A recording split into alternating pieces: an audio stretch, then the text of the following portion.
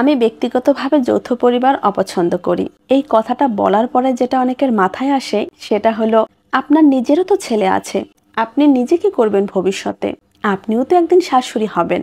এখন আপনি যেমন আপনার শ্বশুর শাশুড়ির কোনো খোঁজ খবর রাখেন না, আপনার ছেলে বিয়ে করার পরেও কিন্তু আপনার ছেলে বউ আপনার কোনো খোঁজ খবর রাখবে না, ইত্যাদি ইত্যাদি আর কি। হ্যালো এভরিওয়ান, আসসালামু আলাইকুম। কেমন আছেন সবাই? আশা করি সবাই ভালো আছেন। আসলে ফেসবুকে কিছুদিন ধরে এই একটা লাইন অনেক বেশি চোখে পড়ছে। দেখা যায় অধিকাংশ মেয়ে যৌবনে একক পরিবারের জন্য আন্দোলন করে, আর বুড়ো বয়সে এসে শাশুড়ির সেবা করার হাদিস শোনায়। কিছুটা আমার মতো আর কি। যাই হোক, আমি যখন বলি আমার ছেলেকে বিয়ে করিয়েই আমি আলাদা করে দেব, তখন প্রশ্ন আসে, আমাদের বুড়ো বয়সে সেবা করবে কে? আসলে এই ব্যাপারগুলো নিয়ে আমার একটা দারুণ স্বপ্ন আছে জানেন। আজ সেটাই আপনাদের সাথে শেয়ার করব।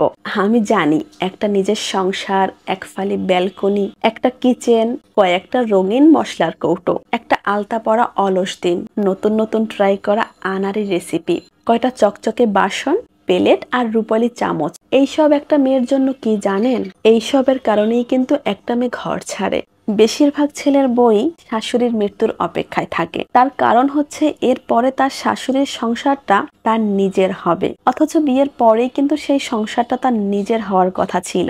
যাই হোক, আমার ছেলেকে যখন বিয়ে করাবো তখন সাথে সাথে তাকে আলাদা করে দেব। পাশেই থাকবে না হয়, পাশের ফ্ল্যাট কিংবা পাশের বিল্ডিং এর আরেকটা ফ্লোর ওদেরকেই দিয়ে দেব। ছাদে ওরা খুনসুটি করে কাপড় মেলবে, পছন্দের রঙের ঘর সাজাবে। দেখা যাবে ছেলের বউয়ের যখন মন চাবে না, তখন চুলায় আর আগুন জ্বলবে না। শরীর ম্যাজম্যাজ করলে অর্ধেক দিনটা না হয় বিছানায় কাটিয়ে দেবে। তখন আর তাকে বলার মতো কেউ থাকবে না। বিয়ের আগে আমি যে স্বপ্নগুলো দেখেছি, বিয়ের পরে আমি যেগুলো পাইনি, আমি চাই আমার সেই স্বাধীন জীবনটা আমার ছেলের বউয়ের হবে। আমার ছেলের বউ কেন আমার মতো কষ্ট করবে? আমার শাশুড়ি না হয় আমার মন বোঝেনি, তাই বলে কি আমি আমার ছেলের বউয়ের মন বুঝবো না? আমি চাইবো আমার ছেলে এবং ছেলের বউয়ের ছোট্ট একটা রান্নাঘর হবে, যেখানে তাদের রূপকথার গল্প জমবে রোজ। আমার ছেলে কেন সেই সুন্দর গল্প থেকে বঞ্চিত হবে বলেন? যেটা আমি কখনো পাইনি, সেটা আমি আমার ছেলের বউকে দিব।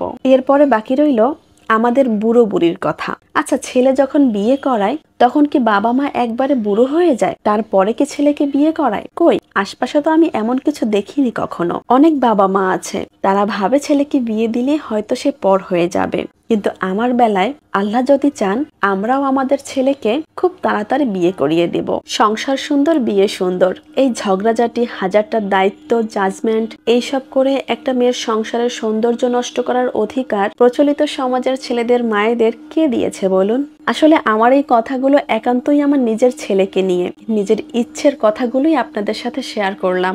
আমি কিন্তু এখানে কোনো ছেলের মাকে ছোট করে কথা বলিনি, কারণ আমিও কিন্তু একজন ছেলের মা।